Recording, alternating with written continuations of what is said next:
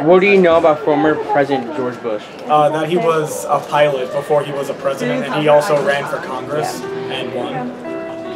He served as vice president for 8 years. I know that he was a former president and was also serving our country before that, and he was very influential in being a leader.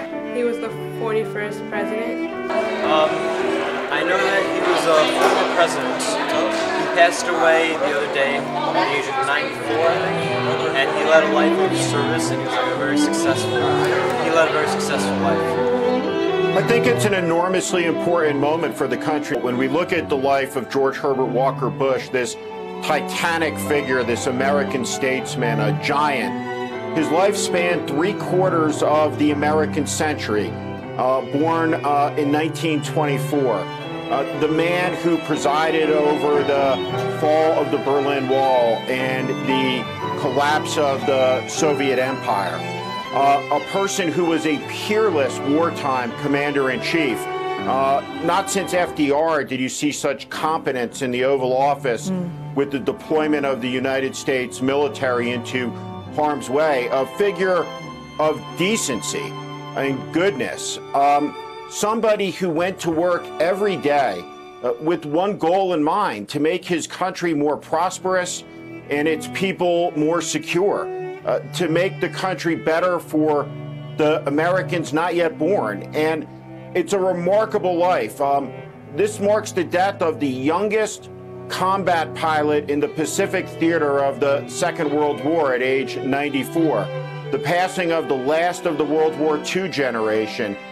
This is an office with so much majesty around it. When we watch, as John Meacham said earlier, the state, the celebration of state, the remembrance of this life, the majesty.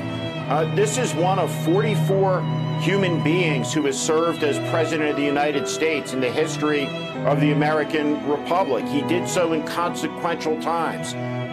He gave his full measure to the country. He conducted himself with decency and dignity. We look at the remembrance of his life, and I think it's a reflection back into the country that though they may be missing from our political class, the virtues of decency and goodness are on display and exhibited every minute of every hour of every day in America. When he talked about the 1,000 points of light, what he was saying is that across all the country, from the inner city to our most rural towns, there are Americans doing great things, doing decent things, doing good things.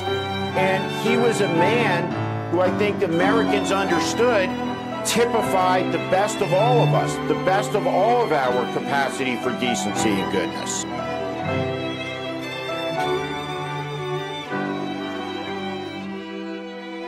I want a kinder and gentler nation. There can be no definition of successful life that does not include service to others. And I really feel that in my heart. George is different from other people, truthfully. You can't find fault with him because he's generous and loving and kind. I'm sorry I said that, but it's true. Entirely your opinion.